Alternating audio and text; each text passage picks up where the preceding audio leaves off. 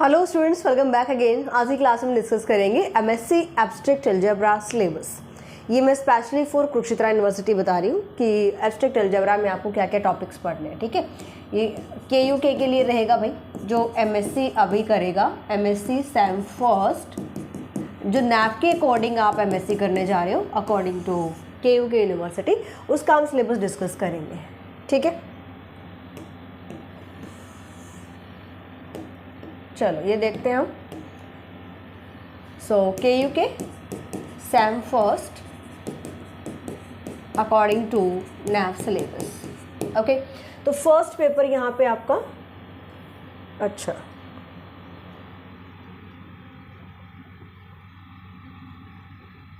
Abstract algebra है। ठीक है, एब्स्ट्रैक्ट अलजेब्रा यहाँ पर हम लेकर चल रहे, name of course is abstract algebra, right. और 5 पेपर आपके रहेंगे। 5 पेपर्स के नाम आई थिंक मैं बता चुकी हूँ आपको पहले क्लास में, और आज हम स्पेशली डिस्कस करेंगे सिलेबस ऑफ एब्स्ट्रैक्ट अलजेब्रा। चलो देखो, यूनिट फर्स्ट में हमारे पास क्या रहेगा, नॉर्मल सब ग्रुप।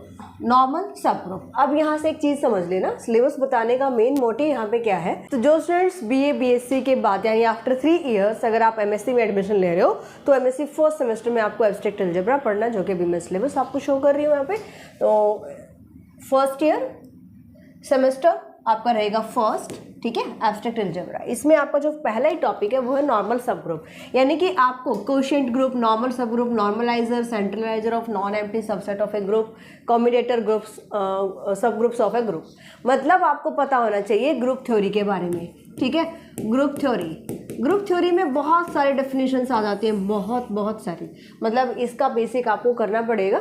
और जितना भी ग्रुप थ्योरी का आपका सारा टॉपिक है, जो कि पहले आपका 5th सेमेस्टर में BSc में ही करवा दिया जाता था, बात आई समझ में।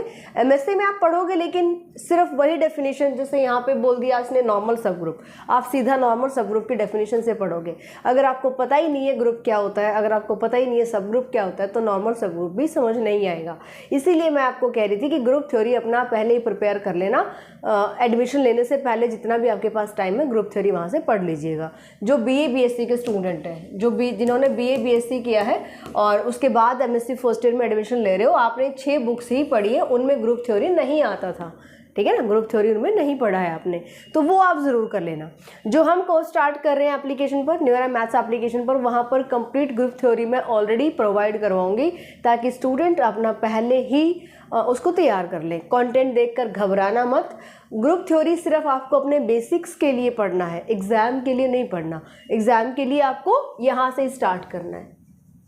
ठीक है, नॉर्मल सब ग्रुप, क्वोशिएंट ग्रुप, नॉर्मलाइजर, सेंट्रलाइजर, ठीक है, इस टाइप से यहाँ पर आपको गिवन है ये complete syllabus. First and second third isomorphism theorem most important है, most important correspondence theorem, OG energy क्या होता है, automorphism group of cyclic group, G set orbit of an element in a group, G Cayley's theorem most important, conjugate element, conjugacy classes, class equation of a finite group G and its application.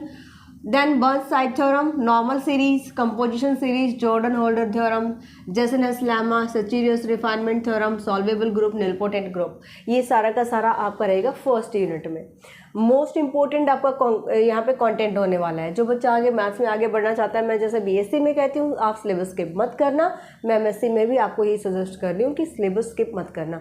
Exam के point of view से आप कितना तैयार करेंगे वो हम discuss कर लेंगे लास्ट में, है ना, यानी कि अभी तो हमारा सेमेस्टर स्टार्ट हो रहा है। ओके, सेकेंड जो आपकी यूनिट रहने वाली है cyclic decomposition, even and odd permutation. यहाँ पर कंप्लीट आपको समझ आना चाहिए परम्यूटेशन के बारे में। सेकेंड यूनिट के लिए आपको परम्यूटेशन ग्रुप पढ़ना पड़ेगा, अगर वो क्लियर नहीं होता है फिर आप ये नहीं कर पाएंगे theorems. Alternation group, AN simplicity of alternating group, Cauchy theorem, Shallows first, second and third theorems and its applications of group of smaller order. Most important जो Shallows theorem है और इसके applications है, यहाँ से क्वेश्चन बनता ही बनता है, मोस्ट इम्पोर्टेंट टॉपिक रहेगा। इसके बाद यूनिट नंबर 3 ये कंप्लीट, यानी कि जो ग्रुप थ्योरी का आपका बेसिक है वो फर्स्ट और सेकंड में काम आएगा, मोस्ट इम्पोर्टेंटली काम आएगा। ठीक है, तो इसको जरूर कर लेना। थर्ड में आपके आ जाता है मॉड्यूल, सब module, direct sum, finite generated module, cyclic module, R homomorphism, quotient module, completely reducible module, ठीक है, such as lemma, free module, representation of linear mapping, rank of linear mappings. आपको यहाँ पर थोड़ा सा पढ़ना पड़ेगा लीनियर अलजेब्रा के बारे में भी। लीनियर अलजेब्रा यानी जो आपके लिए बेसिक यहाँ पे आपको जो पहले ही चाहिए, यानी ये टॉपिक समझने के लिए जो बेसिक आपको चाहिए वो ऑलरेडी मैं यूनिट वाइज प्रोवाइड करवा दूंगी। लेकिन कंटेंट को देखकर घबराना नहीं है, वहाँ पर मेंशन किया जाएगा कौन सा आपका एमएससी का रहेगा। बीएससी का फोल्डर जो दिखेगा इसका मतलब वो आपके बेसिक के लिए पढ़ना बहुत ज़रूरी है, पढ़ना बहुत ज़रूरी है सभी के लिए, ठीक है। सो लास्ट यूनिट में आपके पास क्या है, सिमिलर लीनियर ट्रांसफॉर्मेशंस। अब ये जो टॉपिक्स आएंगे ना, ये लीनियर अलजेब्रा के टॉपिक्स होते हैं, ठीक है। आपका ग्रुप थ्योरी स्टार्टिंग के 2 यूनिट्स के लिए इंपॉर्टेंट है, इसके बाद आपको लीनियर अलजेब्रा के टॉपिक्स भी पढ़ने पड़ेंगे। जो बच्चे अभी मैथ्स ऑनर से कर रहे हैं उनको कोई प्रॉब्लम नहीं आएगी, बिकॉज वो ग्रुप एंड रिंग्स पढ़ चुके होते हैं, group theory and ring theory, linear algebra भी पढ़ चुके होते हैं, तो उनको यहाँ पर इस सिलेबस में तो कोई प्रॉब्लम नहीं आने वाली है, क्योंकि उनका तो यहाँ से 60-70% सिलेबस ही यहाँ से कवर हो जाएगा, ठीक है।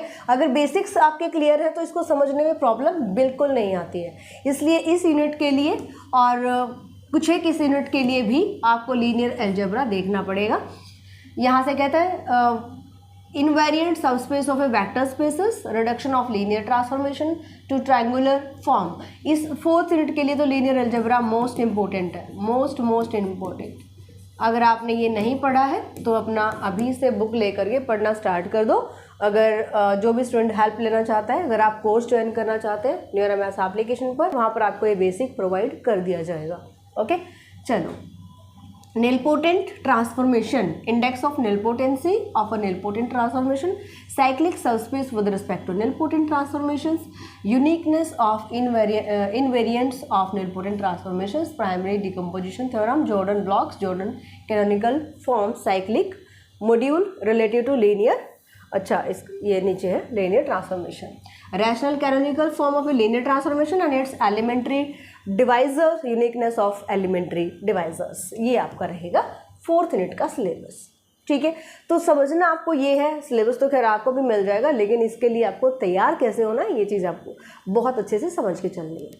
पिछले साल जब सिलेबस पढ़ा है बच्चों ने, उन्होंने ऑलरेडी 3 बुक्स पढ़ी हुई थी सेमेस्टर वाइज, तो उनको ज़्यादा प्रॉब्लम नहीं आई होगी। बट आप लोगों के लिए वाकई में प्रॉब्लम क्रिएट हो जाएगी अगर आपने ग्रुप थ्योरी और लीनियर अलजेब्रा को नहीं पढ़ा तो अच्छे से तैयार कीजिए। कोई भी डाउट है तो आप व्हाट्सएप कर सकते हो, नंबर आपके पास रहेंगे 80533633 ओके।